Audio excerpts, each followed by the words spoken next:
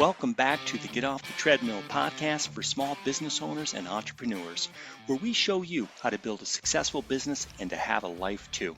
We're going to dive into another topic that helps us make more money in less time and to get off the treadmill so we can experience a life of significance. And now, your host and the author of the #1 best-selling business book, Making Money is Killing Your Business, Chuck Blakeman. Today I'm talking with Brandon Rains. He's an estate planning attorney. He started his own firm in 2016 and has grown it to serve hundreds of clients and a team of multiple attorneys and staff. He was a member of the 3 to 5 Club for about 7 years. Brandon's focus in estate planning is to help families pass on not only their family wealth, but also their family stories and values, helping make inheritances be blessings in loved ones' lives. Welcome, Brandon. Great to have you back. Pleasure to be here again. Thanks, Chuck. Yeah, we did another podcast with Brandon a few weeks ago, and it was about hiring and how we should hire very differently than the industrial age hiring practices that we still seem to cling to. So take a listen to that one. Today, we're going to talk about onboarding and mentoring and freedom mapping in the context of onboarding and mentoring. So let me just give a real quick for our listeners. They know what onboarding and mentoring kind of is. What the heck is freedom mapping? It's using the traditional idea of mapping a process, but you're using it to actually help individuals and teams figure out who is the best at what and who should be doing what. So what's the highest and best use of each team member's time and talents? And we use the map not just to map the process, but to find out who should be doing what and what they really get energized by. So we're bringing people on and we're onboarding someone, and I'll scare people and then I'll turn it over to you. The research I found when I did my third book on onboarding was this. Someone had followed people who had been onboarded, like, 1,000 people. They had watched them get hired, and then they followed them through 2 or 3 years of productivity at those jobs. And what they found was this. Not the first few days or weeks, not the first few hours, but the first few minutes that you have someone in a new position has a direct and measurable impact on not only their own productivity, but the productivity of the team they're on for the next 2 to 3 years. That's how important onboarding is. And we usually just bring somebody on and throw them at a desk and say, have at it. We've got it so wrong. It is so important to welcome new people into our family and give them the beliefs and the culture and all that fun stuff. So how has that worked for you? How have you experienced the onboarding, just as a general overview, as you've brought people on? How's that worked for you? Well, if you're going to ask me how it's gone, I would say you need to talk to my stakeholders, not me, and ask Sure. them how it's going. But what I would say is with that idea of freedom mapping, right? So there's kind of 3, at least in my, you've taught this too, is there's kind of 3 levels that make up freedom mapping, right? So there's the macro level, the super high level. Yeah. Here's the context of who's doing what, right? Yeah, and just, I think just a map, like a map of the entire business on one side of one piece of paper in 15 steps. Yeah.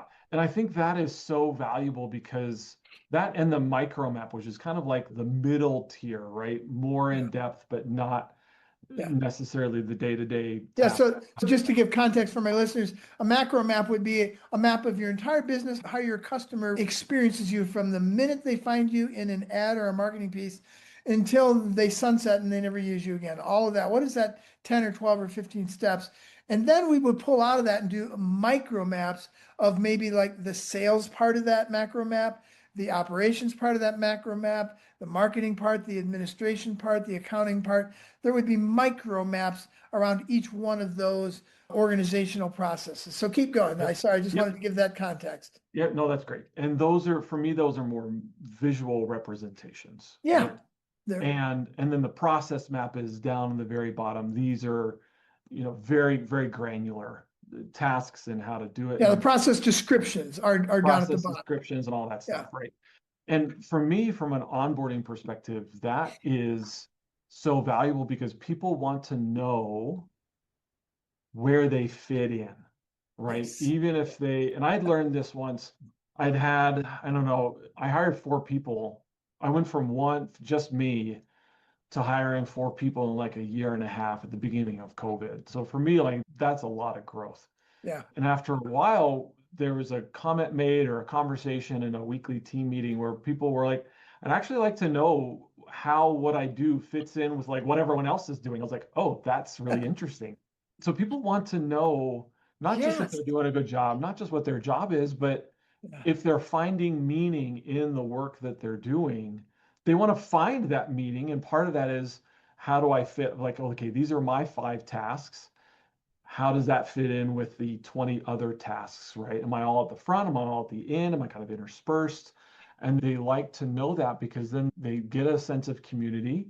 They respect each other already, but it's like, oh, okay, like I have even more reason to respect the work that you're doing because what I'm doing is in here on step 5 impacts what you can do in step 6 because we're interrelated. And then you're on step 18, you're impacting what I can be doing on step 20 because we're interrelated there. And so it creates a sense of and a reality of community and interdependence, right? Is the term from that I learned from you all. Yeah. We're all interdependent, we're all interconnected. And so helping them know the visualness of all of that can be so important. But then also for me, from an onboarding perspective and initial training perspective, really what it's for me is, 3 to 5 you kind of talk about the macro, the micro, and the process mapping. And really the process mapping, that first step is find the things that are just broken, that aren't working or can easily break, and process map those first. Yeah. Now, I am a maximizer, which means if you tell me to do 10 push-ups, if I can actually get myself to do it, I'm going to do 11. Uh-huh. I've process mapped everything, including our onboarding and our training. And so because I'm a big believer in consistency and not having to reinvent the wheel every single stinking time.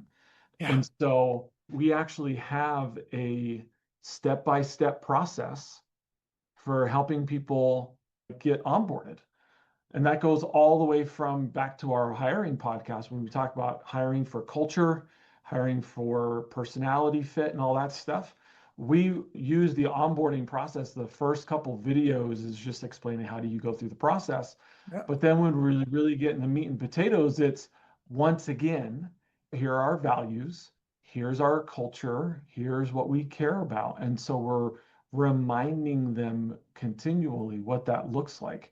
And some of that is a mix of live one-to-one conversations with the members of their team.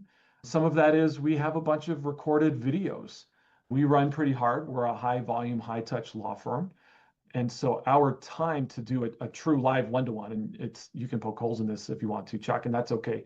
But we do a lot of recorded videos. It's not written on, Brilliant. It's not quite live, but it's just me pre-recording a video, and this is what I want to be talking to you about. And that's it. Now, then you've watched this video, go to the next one. And they check that task is complete. And the next one automatically pops up with their next video. And they do a one-to-one just like this with all their team members in that first week. They watch the first week they should be watching all the onboarding videos. And then they watch those videos a second time over the course of the next 2 or 3 weeks. Because you're drinking from a fire hose, you're not going to remember everything. And so it's like, hey, take a little bit more time, 1 or 2 a day, and watch it again for the next little bit. And so that's what that looks like with onboarding. And then with training, right? Because they don't actually know how to do their job yet. The first week for us is legitimately just onboarding. We're not asking them to step in and do anything yet. Yeah. When they are stepping in, they have their tasks, but in the description of every single task is a video showing them how to do it.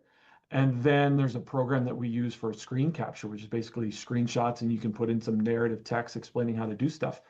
Every single task has both a video and the screen capture program. And so the idea is, I don't know that I see this happening very much, but the idea is you don't have to go ask somebody else how to do your job because they're doing their own job. Or if you're replacing somebody, they're not there to ask. How do we help you be self-sufficient quickly? Yes, and you're creating consistency. We've talked about this many times. We think our number one asset might be people or our knowledge or the market or our finance. The number one asset in every business is trust. And the number one practice to get trust is consistency. And so when you train everyone the same way coming in, you're going to have a consistent understanding of your beliefs, your culture, your processes. Everybody's going to be on the same page. And more importantly, when you do this with a macro map, you show everybody how they fit in with everybody else. And now you're also starting on day one to create the message, we live in community. This is not the Dilbert Society where somebody throws a piece of paper over a wall at you, you stamp it and throw it over the next wall. You don't have any idea where it came from, you don't know where it's going, and you don't care. No, it doesn't work that way. I want to bring up real quickly for people who are watching on video on YouTube. Here's just a real quick flash of an example of an onboarding map that we use for ourselves. And there's the beginnings of training in this. And so we show the map and we show who in our company is responsible for what different pieces of that onboarding with the new person coming on. There's mentoring and there's training that starts from day one and goes on from there. And then I'll actually bring up just to show people real quickly, again, if they're seeing it this way, visuals really help. These are the three levels that you talked about. A macro map, there's one of those in every business. It's the overview of the entire business. And here's an example of a company I did this for a company that was about, I think at the time they were a $20 million company. And this is a map of their entire company's process, the experience their customer has from the beginning of the process to the end of the process. And I don't know, it's like 15 or 18 steps for a $20 million company. That's their macro map. And then we have a micro map, which is the second piece of that. And this is an example of one of their micro maps. So here's their macro map. It's this big overview that really doesn't show you anything but the big story. And then here's one micro map of how they order materials. They made machines that cost like $150,000, $200,000 in just materials. And the machines are $1 million+. And so this is a very simple 10 or 12 step process that shows their entire ordering process on one side of one piece of paper. And then below this, inside these documents, you could find what we call process descriptions. And you could click on any one of these boxes here, and behind it lives as much paper and as much documentation as you want. You can go crazy in detail behind these blocks. But we learned by pictures and stories, and this is a picture that tells a story. Right out of the gate, somebody understands A, where they fit into the big process, and then B, what their specific job is. So I just wanted to give people that as a context. Yep. All right. Yeah, and in my experience too, it's all of that. And then on top of that is our program that we use to manage tasks. It calls it sequences, which is basically a chain of tasks that are connected. When you mark one as complete, you have the next one just pops up, right? And so mapping is awesome. Mapping is great. We also want to have that same spirit, this is my opinion, that same spirit infuse the day-to-day as well. Yes. And so by having these chains of tasks, these sequences, I have a meeting with a client, I can assign these sequences to the correct people, and they're the same tasks every single time with the training videos and the training screen captures. All they have to do is just copy paste the URL to see how they're doing it. And so for me, that's that spirit of freedom mapping, which the idea is as you map out the systems and the processes, you're creating freedom ultimately for everybody. And so and by creating the consistency, the templates, this is how we do things. Sometimes you might say, hey, if there's a decision, there's two different ways things can go. If it were me, I was like, okay, create two sequences. And then when that decision comes, you've got the consistency. Yes. We don't waste time.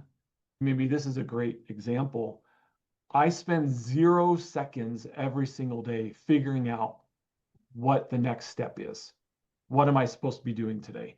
Because I have my daily task list feeds from all of these sequences and tasks from all the different clients that we're engaging with.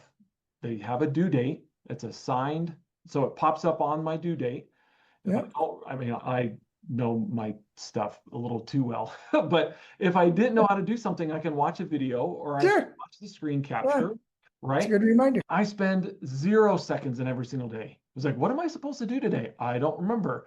That decision has been made for me over the previous 2 to 6 weeks as I'm just simply implementing on a task by task, day-to-day basis. And all of that is an outgrowth of the macro mapping, the micro mapping, and all that stuff from freedom mapping. It starts Yeah. there, and then it can infuse and inform every single level of action within the firm. And so we are so incredibly efficient because the things that can be made a template are a template and consistent, which actually Yeah. gives us more time to either help more people or spend more time on individual people who are exceptions because we're so efficient with everything. And so when somebody refers somebody to you, they end up getting the same experience. Person A says, I'd love for you to talk to Brandon Rains' law firm because I had this experience. And the next person has the same experience. And so many companies, it's a crapshoot. We're winging it, and their experience could be completely different. Yep. I want to handle 3 objections that come to mind that I think our listeners could have. I'll handle number 1, and then you can handle number 2. Number 1 is, this sounds way too complicated and I mean, he's got layers and layers of stuff. Yeah. Yeah, the answer to that is you didn't have that either. And I'm pretty sure the answer to that is you did the same thing I'm going to say. How do you eat an elephant? And the answer is 1 bite at a time. So did you create all of this before you actually went live with any of it? I'm guessing you probably created 1 map. Yeah. And it was bad and it got better. And then you created another map and then you put another layer on it. So this is stuff that happens over a few years, and it's way better than what we didn't have before the minute we start. So do it. Give yourself 30 minutes to do your entire macro map of your entire company. I guarantee you, most companies can actually get it done. They put a clock on it. They can figure out what are the 15 steps that have to do with our map from the beginning to the end. The second problem that I think people have with this is that I don't have time, even if I can eat the elephant 1 bite at a time. I don't have time to do this. So how did you do this? How do you respond to, hey, I'm too busy hiring to put together a mentoring process? Yeah, I think there's 2 thoughts. One, I was lucky enough that when I created this, I had the time because my firm was so new. I wasn't swamped like I am now, or a lot of your other listeners are. I think there's 2 parts to that answer. One is if you don't feel like you have 30 minutes, like you just mentioned, Chuck, what I always tell people is open up a brand new Word document and just every single time you do a new task, just type in the name of the task in that Word document and just put it relative to where it is, right? You don't have to take 30 minutes or 2 hours out of your day to think of it all at once. You're going to miss stuff. I know I miss stuff when I try to do that. Just keep a little task journal and say, this is the task I'm doing. This is the name. And then where is it happening in relation to all the other stuff for other people that I just did? And within a couple days, maybe, with no extra time other than the 5 seconds to put in the name of the task in the Word document, you have your first map done. That's it. And I want to add to that, it is that simple. It's not easy necessarily, but it is that simple. And I want to add, again, to give people some measure of you can get there. You don't have to be there. I don't think I've ever created a single process or a single freedom map that was right the first time. Oh, yeah. How did I find out it was right? Or how did I find out how to make it better? I did it. I wrote it out as best I could, and then we did it, and we found the flaws, and then we did it again. We found a few more. And so planning, the old adage we use all the time is planning doesn't create movement. Movement actually creates the plan. Get as good as you can, know that it's not perfect, and then implement it. And after you do it, that's how you'll figure out how to make it perfect. And then do another one badly and figure out how to make that one work. All right, so the third thing that I want to handle here is, but okay, I've done this before. I wrote some really great processes, and they ended up on my shelf with my shelf help books to help my shelf look good. And it was a worthless exercise. And I agree. And Drucker said this as well, that a process that is not managed is no process at all. Actually, it was Deming that said that. A process that is not managed is no process at all. So yeah, we can make a cute little map and throw it on our shelf and never look at it again. How do we keep these things alive? Yep. I think there's a couple things. One is just being intentional about keeping it alive, right? We all Yep. have agency. It's a choice, right? That's number one. Number two is going to actually be my part two of my answer to your second question, which is if you have staff and you're the only person who's creating and maintaining the process map, you're doing it wrong, Yeah. right? You should have all of the members of your team involved Yes. in the process of creating this freedom map and maintaining it. You shouldn't be the only one. You might be providing accountability to help people maintain their portion of it, but you should not be the only one maintaining it. That's number two. And then I think the third one, this is going to be me, is if it's on the shelf, that means it's disconnected from your day-to-day reality. Yes. And that's why, again, to use my term, we have this chain of tasks, these sequences, and use any program, they'll use their own different verbiage. But if it doesn't tie back to the practical day-to-day, what am I doing today? And there's some form of task management. I'm a big fan of using software for that. Then you're not actually living it out because you've accidentally turned your map into this pie in the sky thing that has no real foundation, that has no practical influence or impact in your day-to-day. You need to ultimately have those maps tying to day-to-day tasks, and you need somewhere to manage those day-to-day tasks. And as you create that all of that, you know that your tasks are tied back to the freedom mapping because you've created them and cross-referenced and just made sure that they're speaking to each other. If you have tasks that aren't tied to your freedom mapping, then you're in the same position. Something's got the map's broken. Got to fix it. But you go from this 15-step to all of these different actual, like this 15-step visualization down to the day-to-day task management. Step one, step two. And that way you know that all of those things are interconnected. That's, to me, that's and that's brilliant because it really is. Any good strategy ends up in telling you need to make 3 phone calls today. It ends up very tactical. Otherwise, it's not strategy. It's just pie in the sky. And that's the problem with most business plans is they don't end up telling you to make 3 phone calls today. Strategic plans should end up there. What do we need to do this year? Therefore, we need to make 3 phone calls to these people today. The same thing with mapping. If your mapping isn't telling you exactly what to do every day, then it's not effective. And I've learned for myself, again, this is just me, what we do that helps keep them alive along with that stuff is we assign somebody else, not me. Every map is owned by somebody else in the company. So they're not owned by me. And the owners of the maps get together and they decide a rotation for bringing maps to our leadership meetings. And we do 1 map at the beginning, not at the end, because we'll rush through it. And it usually takes 3 to 5 minutes right near the beginning of our meetings. We will pull out, somebody knows whose map is up. There might be 8 maps that we rotate through on a regular basis. And there's other maps, but we don't put them in the rotation. They're not broken. They're not a problem. And so once every 8 weeks, we get every map looked at. And the leader of that map asks 2 questions. First question is, we have the result on the map. So we show, here's the result we want. It's usually a measurable result. And the first question is this still the result we want from this process? Yes or no? Everybody looks at it and says yes or no. Then we have a little discussion. We change the result. Usually it's yes, this is the result we want. Then we go on to question number 2. If that's the result we still want from this process, is this still the process that will get us that result? Yeah. And we look and we just put it up on the screen. Everybody looks at it. And we ask people to actually run through the process really fast, just to slow us down and say, okay, step 1 is this, step 2 is that, rather than just looking at the map. And that'll take a minute or 2 to go through 10 or 15 steps. And people will say, yep, that is the process. Or they'll say, you know what? In the last few weeks, we've actually been doing something in between steps 12 and 13 that isn't on the map. Or, we don't do step 13 anymore. We should just delete that from the map.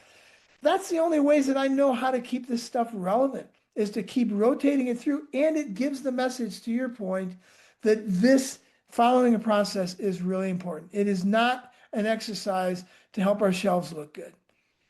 Yep. So I love combining, giving that suggestion and giving all kinds of suggestions to our listeners for them to grab onto something that will keep this stuff alive for them.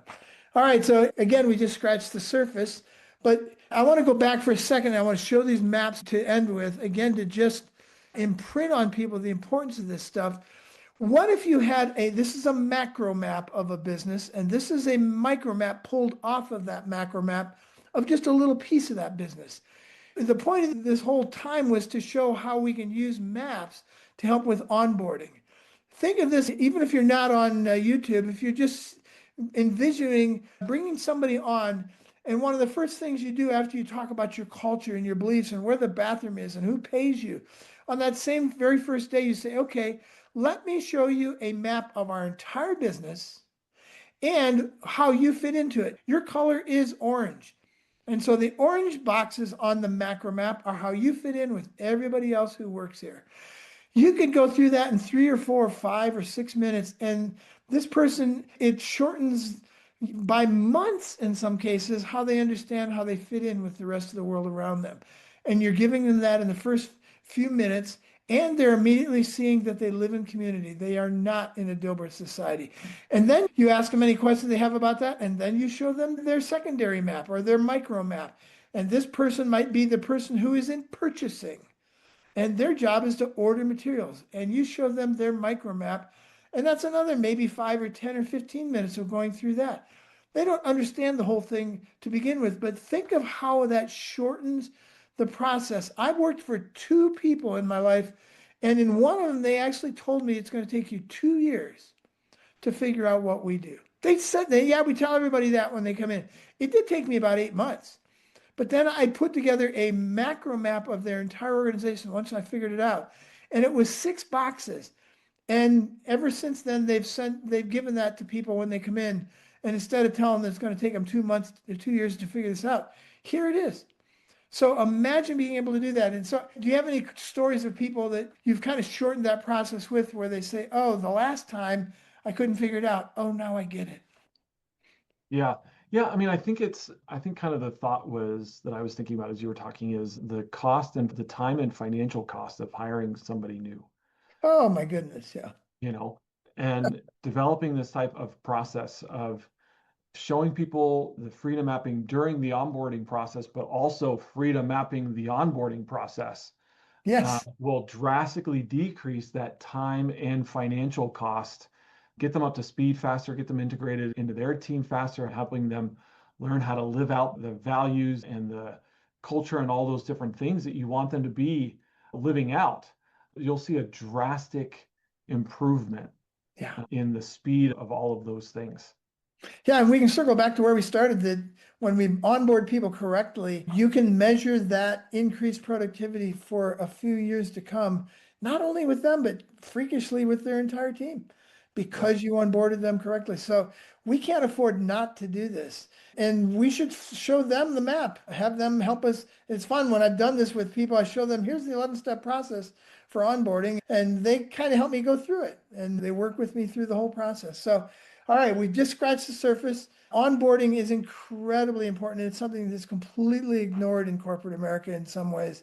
So I'm glad we touched on that. This could be a very big video or audio for people to hearken back to on a regular basis.